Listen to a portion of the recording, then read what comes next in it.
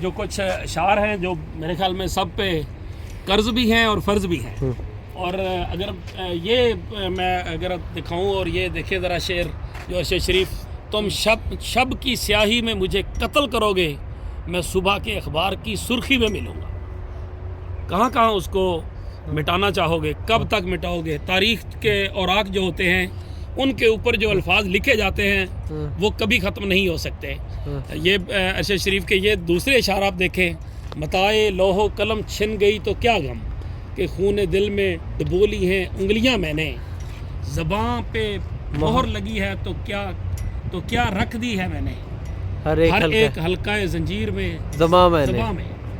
اگر باقی آپ شعر دیکھ لیں، جو کچھ یہ سارے وہ اشعار اور وہ ساری چیزیں ہیں جو ارشد شریف اپنے پروگراموں میں پڑھا کرتے تھے. انہوں نے لکھا ہوا ہے کہ میں آخری دم تک اس کرپٹ نظام اور ناانصافیوں کے خلاف ڈٹ کر کھڑا رہا، میں وقت کے فرعونوں کے آگے جھکا نہیں اور اپنی آخری سانس تک حق سچ کی آواز بلند کرتا رہا. میں نے پاکستان قوم کے لیے اپنی جان قربان کر دی. میرے قلم اور سچ کی راہ کا یہ سفر رہے گا نہ جائے گا.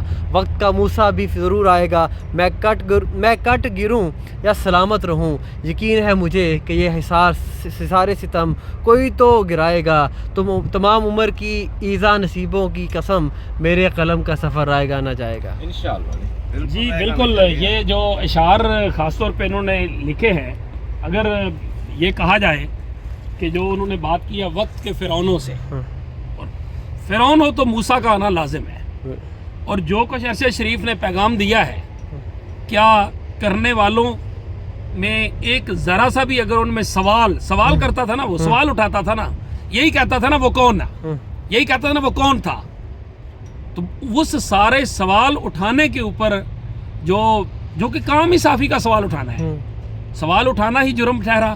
لیکن ظاہر ہے جب وقت کا فرعون ہوتا ہے تو اس زمانے میں موسیٰ کا آنا لازم ہوتا ہے، اور یہ کردار ہوتے ہیں، بالکل ہر زمانے میں کردار ہوتے ہیں، استعارہ ہوتا ہے مختلف اوقات میں.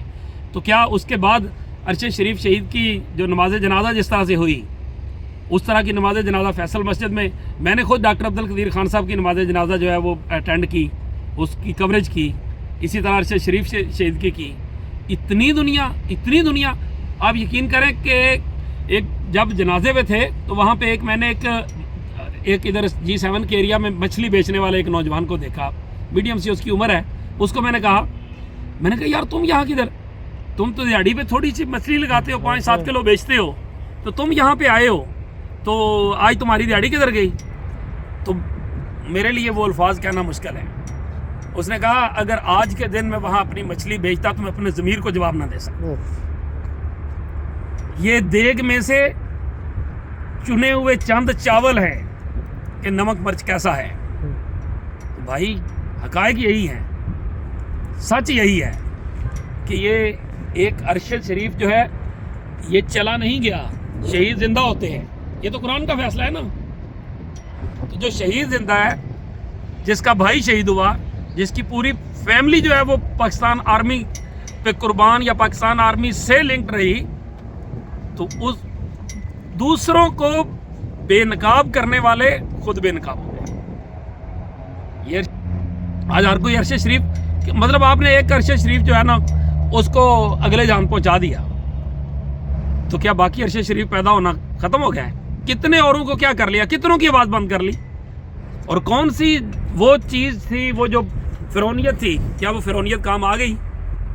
یہ قبر بتا رہی ہے کہ یہ ہم صحافیوں کا ایک طرح سے ایک جرت اور استعارہ اور عظیمت اور استقامت لینے کا ایک مرکز بنا ہوا ہے. یہی بات آپ گورکن بتا رہے ہیں. کیوں جی پڑھاتا ہے.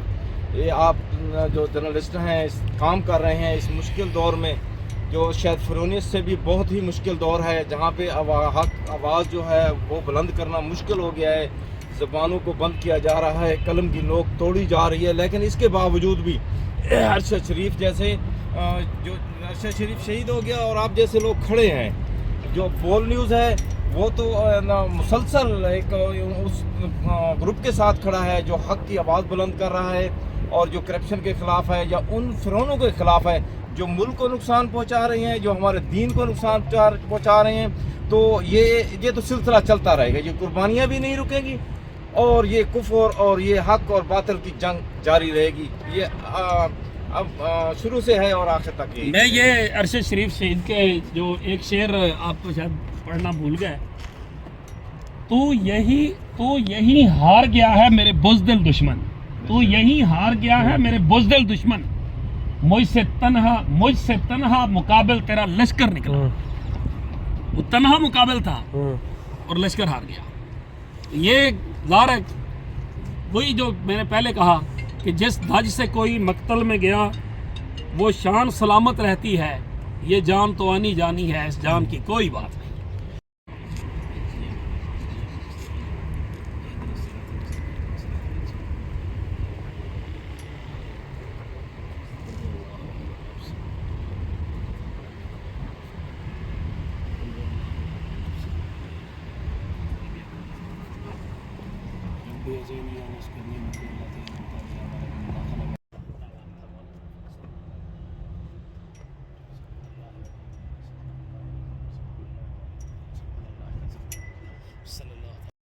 Triple 3